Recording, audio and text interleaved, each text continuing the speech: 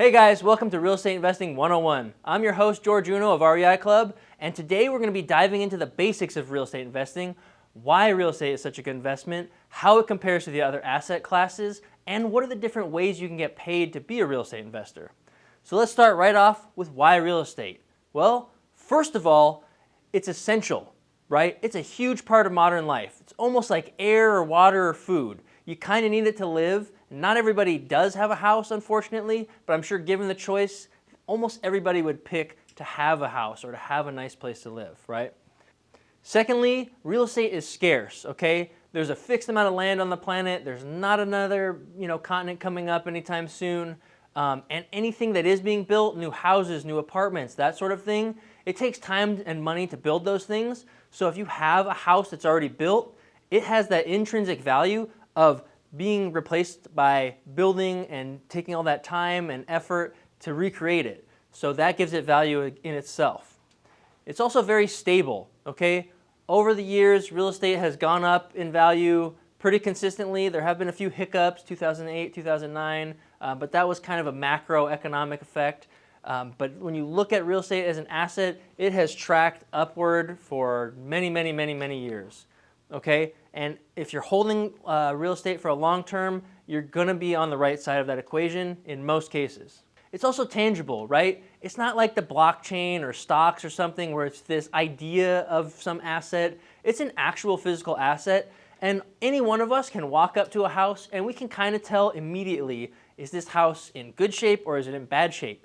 So that makes it really easy to determine if something is a good or a bad investment. Now you could look at two different stocks, and unless you have a lot of training or you really understand these companies, it's gonna be hard to tell which one is better than the other. You could go on TikTok and someone will tell you that Bitcoin is the next best thing in the world, but they might not be right for very long. So tangible, easily understandable, that's what makes real estate a great investment asset. Now how does it kick the other asset classes? Well, it's as vital as air or water, as I mentioned, which if somebody needs something, it's going to be valuable, right?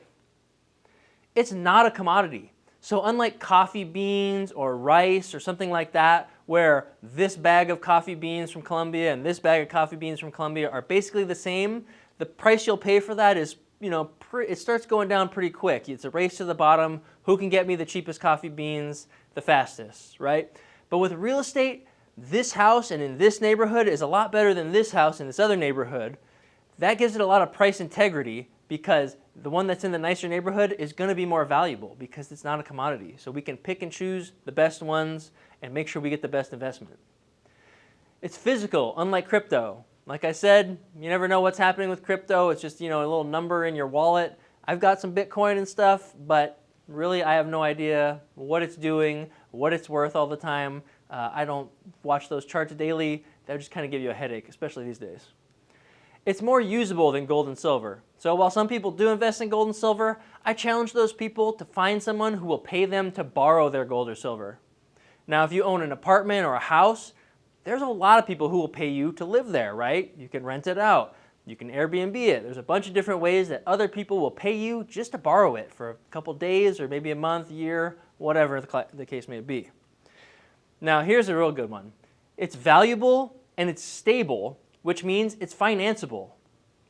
Any bank in the world almost will lend you money to buy real estate. And outside of banks, there's private lenders, hard money lenders. There's a just huge network of people who will lend you money to go out and purchase real estate and then let you reap the rewards of that. So anytime you can use other people's money and leverage and debt, now if you're a Dave Ramsey fan, I'm sorry, but what I'm going to say might trigger you. But using other people's money, using that leverage or debt, lets you really increase the amount of investing returns you can get. Now this one's really cool. Because real estate is so valuable and consistently valuable and it's stable, it's financeable. And what that means is there's a whole network of banks and private lenders and hard money lenders and just regular individuals who will loan you the money to buy real estate. Now, you could take a loan out and buy some stocks or buy some bonds or buy some crypto, but that's when you're leveraging assets like that, it gets very dangerous very quick because if you start losing money, you start losing a lot of money very quickly.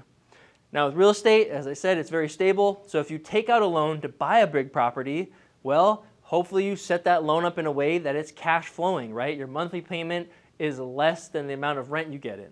So anytime you have that, you've got an asset that's you borrowed money to buy, but you're making money by buying that asset. And that's just very hard to find in any other asset class. Lastly, and this is the cherry on top, tax benefits, okay?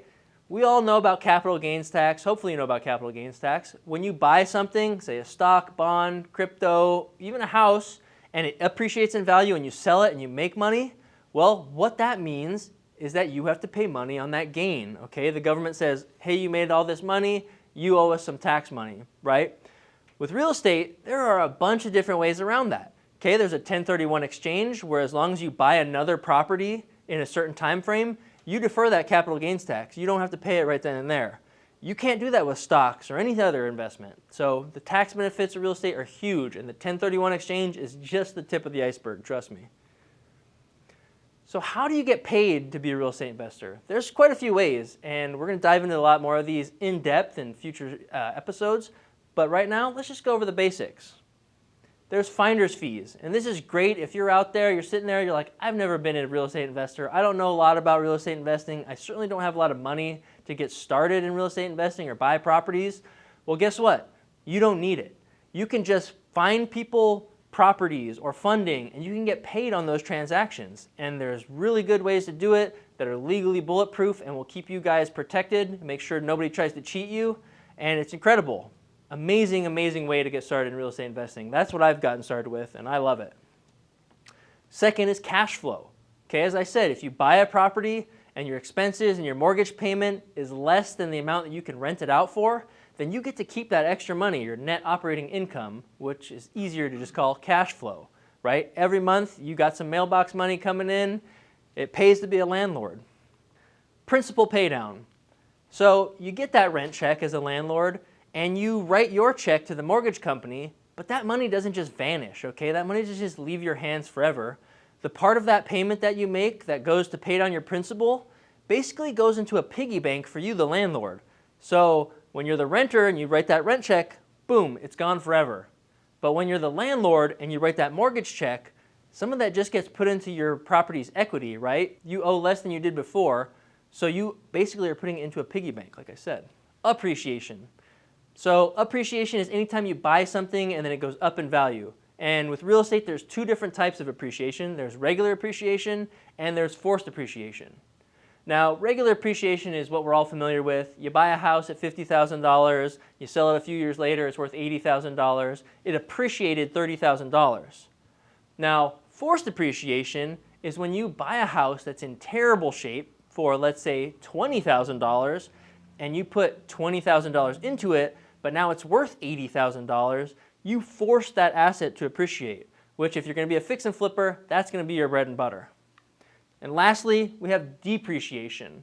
Now, that doesn't sound like something that pays you, but this is one of those tax benefits that I kind of alluded to earlier, that the IRS actually lets you write down and depreciate every month, every year, your property. So you say, I've got a $200,000 house, they let you write off a portion of that on your taxes every year because they're looking at it like any other asset, like a car. You can depreciate a car if you buy it for business. You can depreciate a computer, things like that.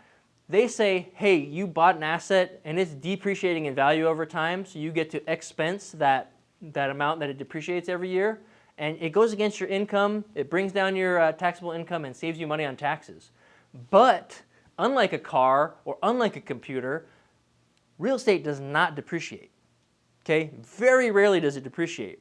So the IRS is letting you pretend, it's letting you write off the depreciation expense for that asset.